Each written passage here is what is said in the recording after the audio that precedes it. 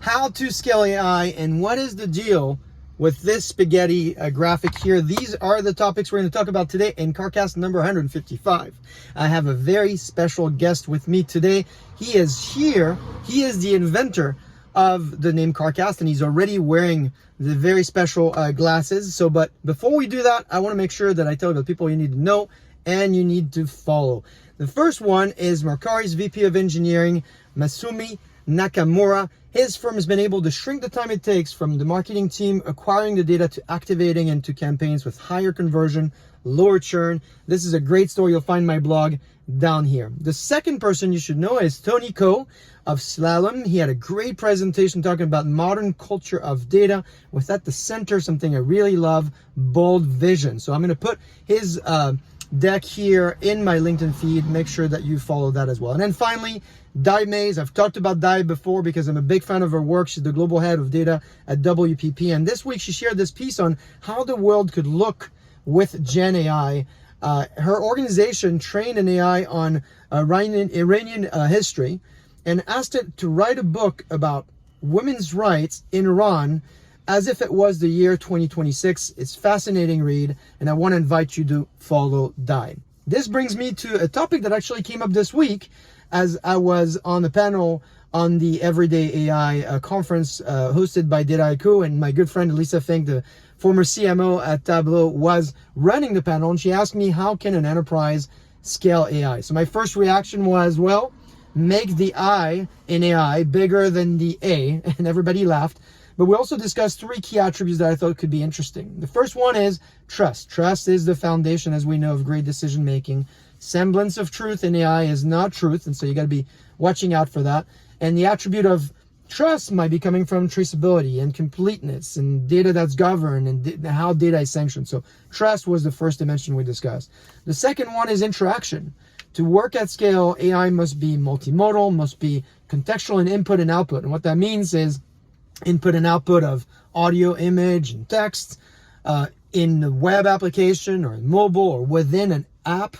And it needs to be contextual so you can pick it up where you left off. And then finally, the third dimension I thought about was action, where to work at scale, information and action need to be tied within the same domain. Of course, information is essential, but acting, transacting within an application flow is what makes it scale, in my opinion. So if you think there are more dimensions, please do let me know in comments here. Reach out to me if you agree and disagree with these dimensions. In fact, the person I'd love to have come in and comment on that is our special guest today.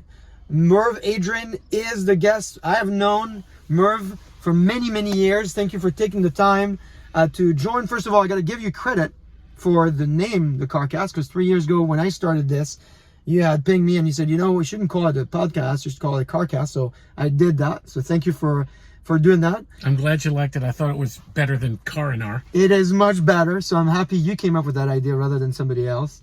You have seen it all, Merv. You've been in the industry for a very long time. You started in 1987 at Informations Builder. Yeah. Then you went to Sybase. Then you worked at Giga. You were an independent for a while, then 12 years as a VP at Gartner. And now you're back as an independent analyst, which is great to have you Can't hold a here job today. Well, 12 years at Gartner is pretty amazing. It's pretty good. Yeah. And so before we get into the spaghetti graph, I want to get your take on this AI thing. You know, did I forget a principle? What do you think about these three things? Well, if I had to pick one other thing to talk about, I think it would be transparency. Yeah. You know, so many of the initiatives that I've seen, folks I've talked to who have deployed it, are fairly opaque. They don't know what's going on inside there. And if you're actually going to establish the trust that you spoke of, you really have to be able to see it. How was this derived? Where was that data governance you talked about? Who is responsible for it? Who owns that? How is it actually implemented? Before we can rely on these things, and I think we've all got our favorite stupid stories about large language models that turn out to be stupid. If we're going to trust these things to make actionable decisions, we need to understand what's going on in there. We need to be able to explain it, see how they work. And so it's the whole theme of explainable AI and moving beyond kind of the black box. Yep. Now, I want to get into something you were involved in for a very long time. This spaghetti graphic here that I'll publish so people can see it well. You and Adam Ronthal worked on it for many years. It came out this week. I think it comes out every April. And it certainly is very interesting to the community. Why should people care? Well, I think the key here is to understand that markets move. Markets do not stand still. And we spent a bunch of time in the database team at Gartner over the years trying to understand exactly those things. And Adam came up with this representation. All kudos to Adam Ronthal for this, coming up with a way to display the movement of DBMS revenue by vendor over time. And it's a dynamic and intriguing story. Lots of things have happened over the last 11 or 12 years, which that chart actually covers. At the beginning of that period, 91% of the DBMS revenue came from 5 vendors. And over the course of that decade, that percentage dropped steadily as a bunch of other vendors came into the market and had some success. So Cloudera, Mongo, Snowflake, Databricks have all been able to enter this relatively closed market and get themselves into multiple hundreds of millions or even $1 billion of revenue a year. By the way, Snowflake did quite well last year. So did Mongo, but Snowflake outpaced them a little bit, got ahead in the rankings. But the story at the top is where I think the really intriguing part is. Amazon caught up with Microsoft last year, or the year before, really, 21. And in 22, they blew past them by $1 billion. And you can see that in the chart. It's kind of compressed horizontally, so these nuances are not as obvious. But they're pulling away, and they're growing faster than Microsoft is, so it's an accelerating change. The fastest growing of those top 4 players is Google, who is growing even twice as fast, more than twice as fast as Amazon is. So what happens at the top continues to be interesting. And there's a couple of other nuances. You know, both SAP and Teradata were down last year. That's got to be of concern to them. IBM continues to be relatively flat. Oracle's growth ticked up. It improved, has been relatively flat over the last few years. They doubled their rate of growth last year, but they're still lagging the market. And so I think the big news here is the rich are getting richer again. The top is moving faster than the bottom. The gap is going to continue to widen, and we're going to see the percentage owned by the guys at the top rising again over the next several years. Gartner actually made the prediction this past year that a number of the vendors that we see today will be gone in 5 years.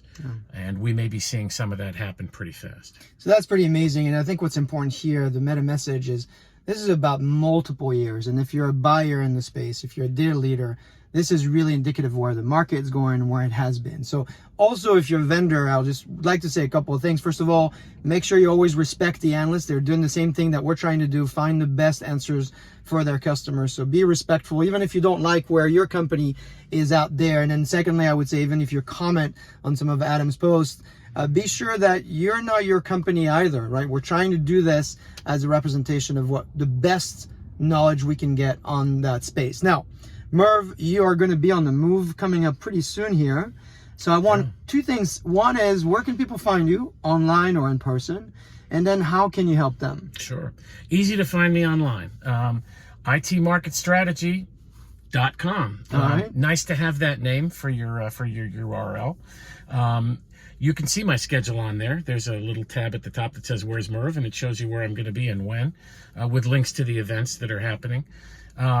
And if you've got nothing better to do than listen to a little music, I do a little bit of that too, as you know. And there's a tab for a couple of jam sessions that I've done in hotel rooms with my friends. Come on over, check out the site. I will be blogging some of the stuff we've talked about today, and other things that interest me in the market. There are a few, like, for example, what's a best practice? As an analyst, I got asked that question all the time. Yeah. I'm going to throw out a few bombs about this idea, about whether it's meaningful as typically presented in the marketplace today. So watch for that. Okay, well, that's awesome. So we'll go to your site. I'm going to put the link down here. Of course, make sure to follow him on LinkedIn. I think you're very popular there. That's the main platform you're interacting in. So not Twitter, not Facebook. I get too mad when I go onto those sites. So LinkedIn is the place. And then finally, ping me if there's anything you need. I'll be in New York this next week here. And so if you want to meet in person, make sure to DM me on LinkedIn. And if not, if I don't see you in New York, I will see you right here next week. Merv, thank you so much for I'll the be time. watching. Alrighty, have a good one.